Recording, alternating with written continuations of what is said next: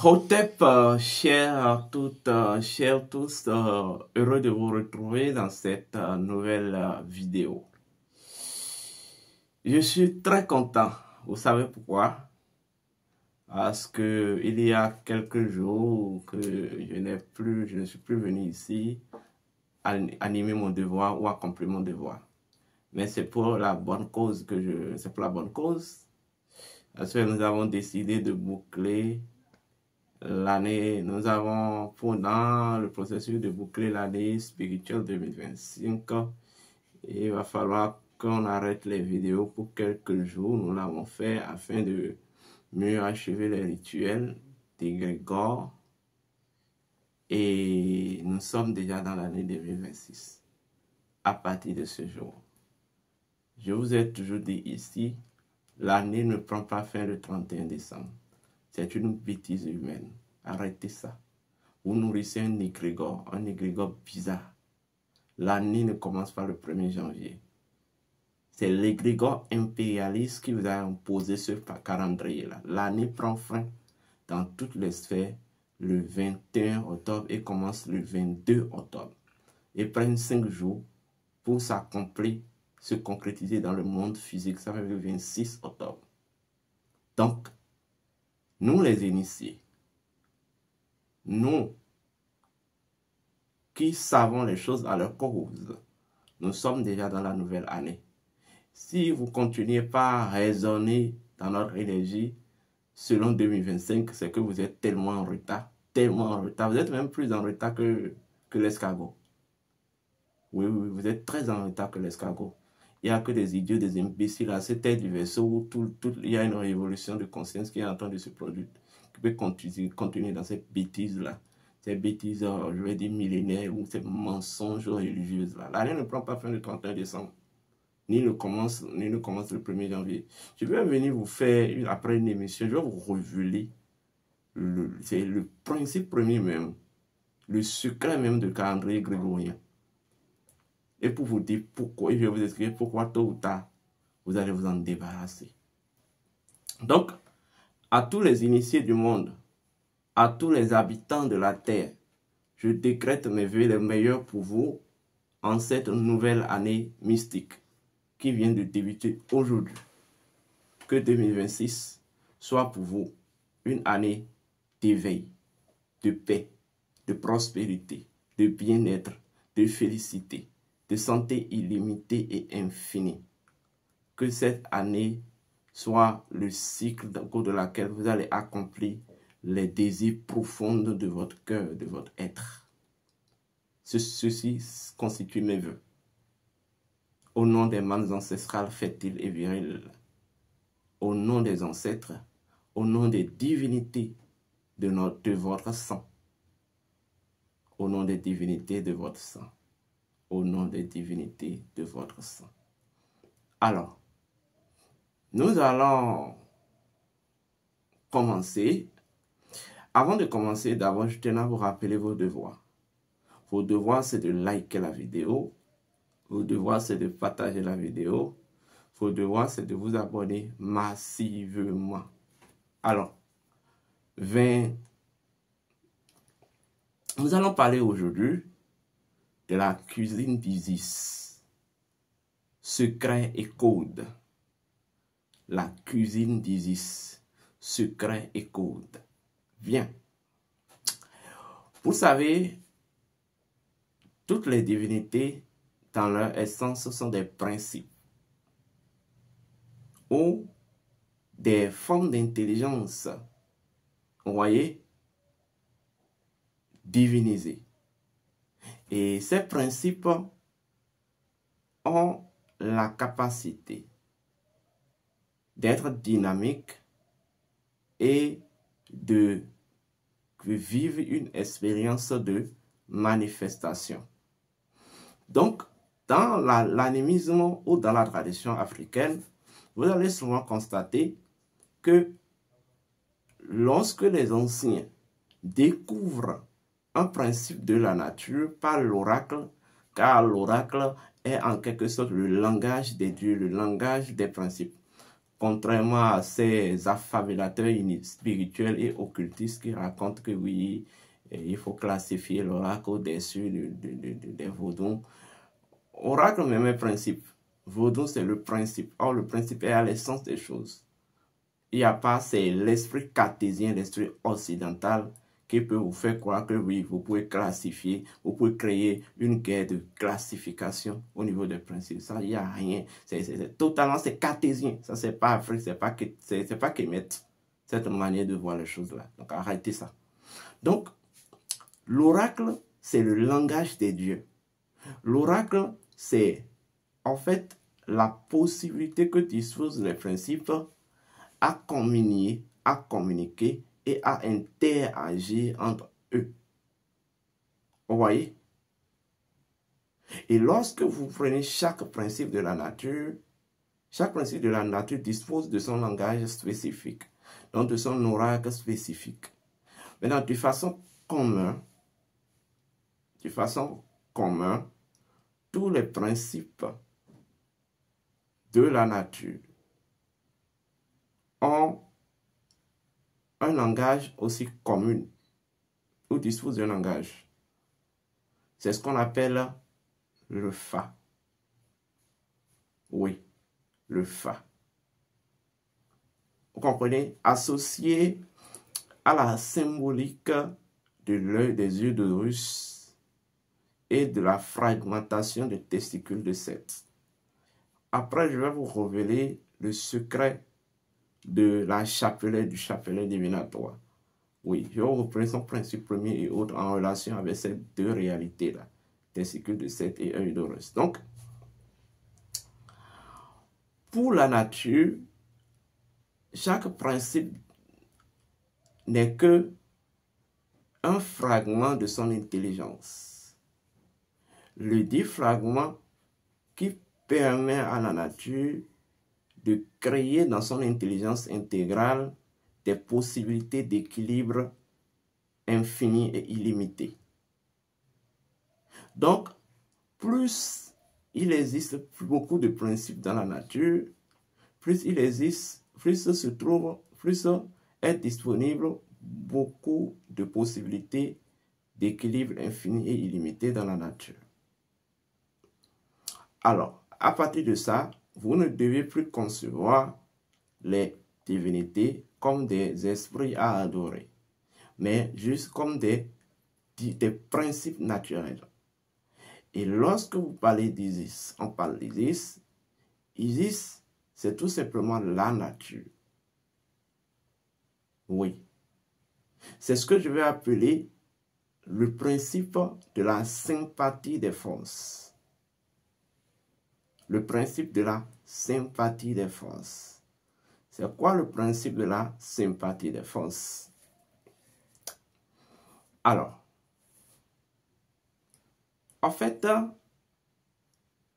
toute la spiritualité ancestrale est basée sur un autre principe fondamental.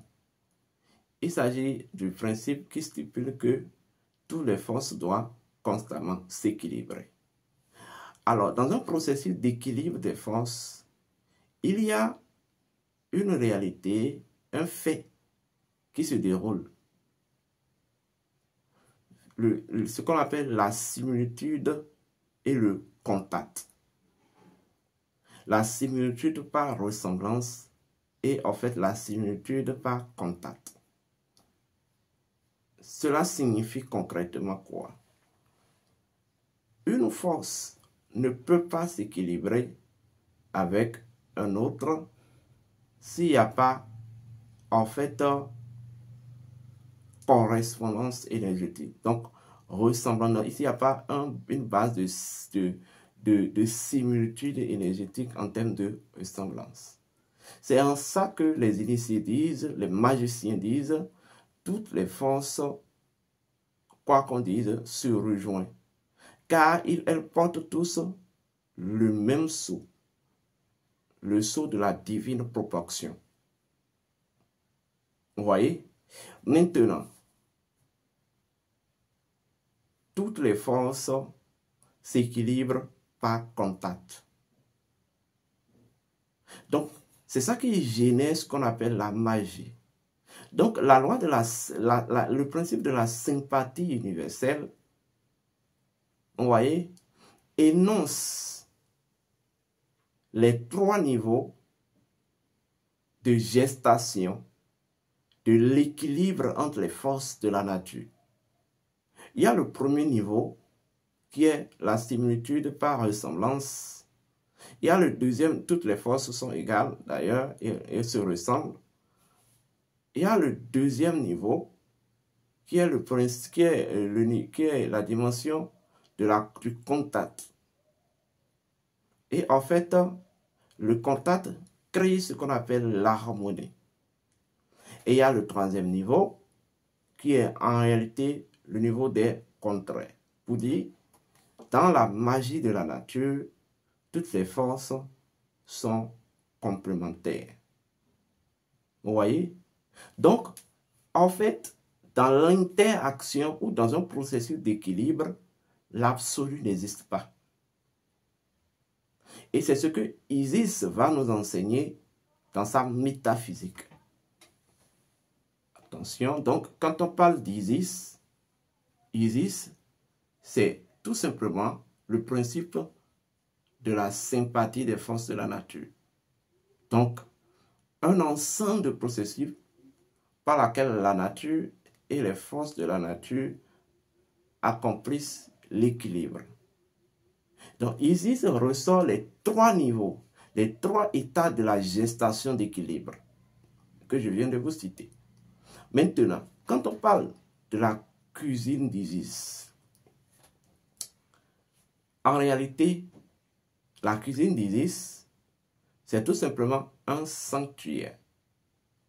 Un sanctuaire où toutes les forces, en fait, opèrent et se mettent au service de la divine nature.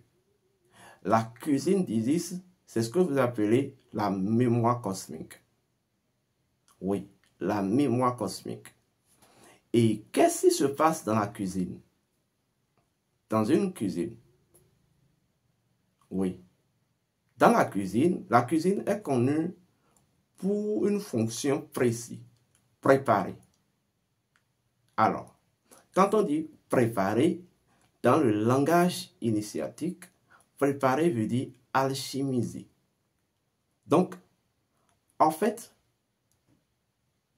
on dit que c'est la femme qui est la maître de la cuisine, la maîtresse de la cuisine. Donc, c'est en fait Isis qui est la reine de l'alchimie. Vous voyez, l'alchimie signifie transformation. L'alchimie signifie transmutation. L'alchimie signifie transsubstantialisation. Donc, en fait, les 3 formes d'alchimie qui existent, ou les 3 formes de préparation qui existent, et ceci fait partie du secret ou des secrets de la cuisine d'Isis. Nous avons la transmutation qui est à l'état énergétique, la transsubstantialisation qui est à l'état astral, et en fait la transformation qui est à l'état, voilà, manifestationnel. Donc, la préparation, c'est un ensemble de protocoles qui permet à Isis, en tant que nature, de générer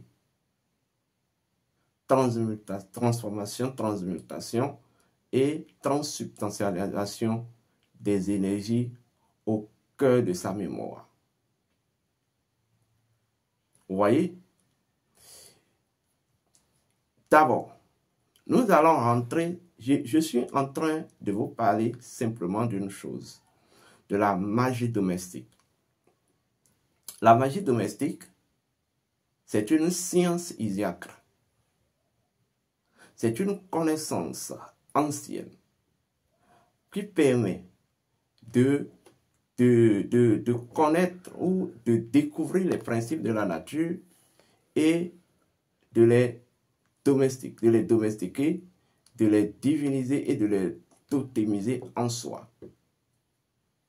Donc c'est un ensemble de techniques, un ensemble de technologies qui permet d'aller à la conquête des principes de la nature, des forces et des entités de la nature, vous voyez, de les claquer, de les domestiquer, de les diviniser et de les totémiser. Donc chaque élément que vous allez voir dans la cuisine représente une entité ou un principe naturel ou une force de la nature. Et c'est à vous de vous positionner pour en cerner, pour en fait en saisir le code caché. Et de par ce code caché, vous allez transmuter là, cette énergie en vous. Donc, vous n'irez nulle part pour trouver ces principes-là, cette divinité dans la magie domestique. Elle se trouve au cœur de la mémoire cosmique. Vous voyez? Et la mémoire cosmique, c'est ça que dans les mythes et légendes, on appelle la cuisine d'Isis. Au sein de la mémoire cosmique, au sein de la cuisine d'Isis, le premier élément qu'on trouve, c'est l'eau. L'eau. Mais l'eau, en tant que principe premier, l'eau, en tant que divinité, est Osiris. Oui. L'eau, c'est, je veux dire, l'énergie de vie universelle. L'eau représente l'énergie de vie universelle. L'eau purifie. Et l'eau initie. Vous aurez un second élément. Vous allez trouver les couteaux. Les couteaux. Mais que représente un couteau? En réalité, le couteau incarne le principe, en fait, de la séparativité. Mais dans la cuisine de la nature, dans la cuisine d'Isis, la nature utilise cette énergie, en fait, pour lier les choses. Ou en fait, pour tailler, pour mesurer, tailler les choses afin qu'elles soient conformes à un équilibre précis. L'énergie du couteau. Vous allez trouver les marmites. Eh bien oui, la marmite représente le principe du réceptacle matriciel. Celle qui va porter toutes les énergies et qui va en fait, celle au sein de laquelle toutes les énergies seront portées et seront mijotées.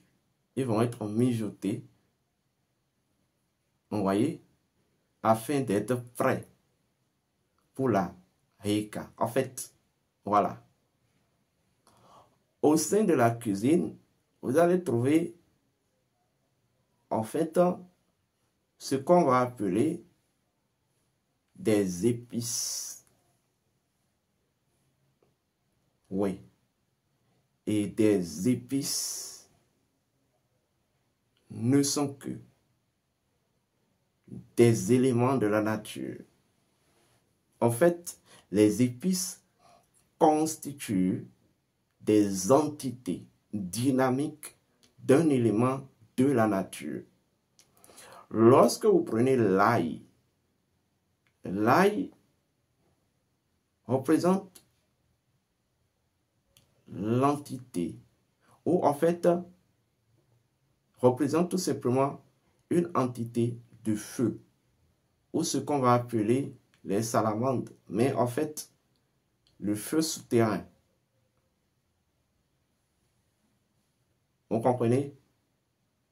En fait, l'épice représente l'énergie de la mort, l'énergie mortuaire ou l'énergie d'Animus dans le sanctuaire du feu cosmique. Vous allez voir le citron. Le citron qui représente le soleil ou la force de l'océan de la pure et parfaite lumière. Vous allez voir le sel qui représente même la lumière. Vous voyez? La lumière cristallisée. Vous allez voir, il y a plein d'éléments. Mais en fait, là où je m'en vais en vous expliquant tout ça, je ne vais pas venir dérouler la magie domestique ici. Soyez-en sûrs. Je vous dis souvent d'aller à l'école de la connaissance. Lorsque on met la marmite sur le feu, en fait, d'abord, le foyer représente le souterrain ou le noyau de la terre. Vous comprenez? Et vous allez constater que les anciens foyers en Afrique avaient 3 piliers. Pour symboliser la notion du trône, voilà. Bref. Et sur le foyer, qui est en fait le noyau souterrain, on posera la marmite, qui est en quelque sorte le réceptacle matriciel. Et dans la marmite, on mettra des divers éléments, c'est-à-dire les divers éléments. En fait,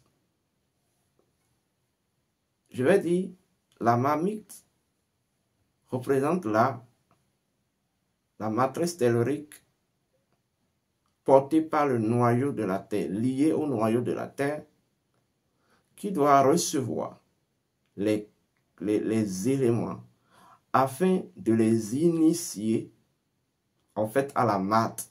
Parce que vous allez constater que dans la marmite, toutes les choses doivent être ordonnées pour atteindre le résultat du cuisson qu'on veut.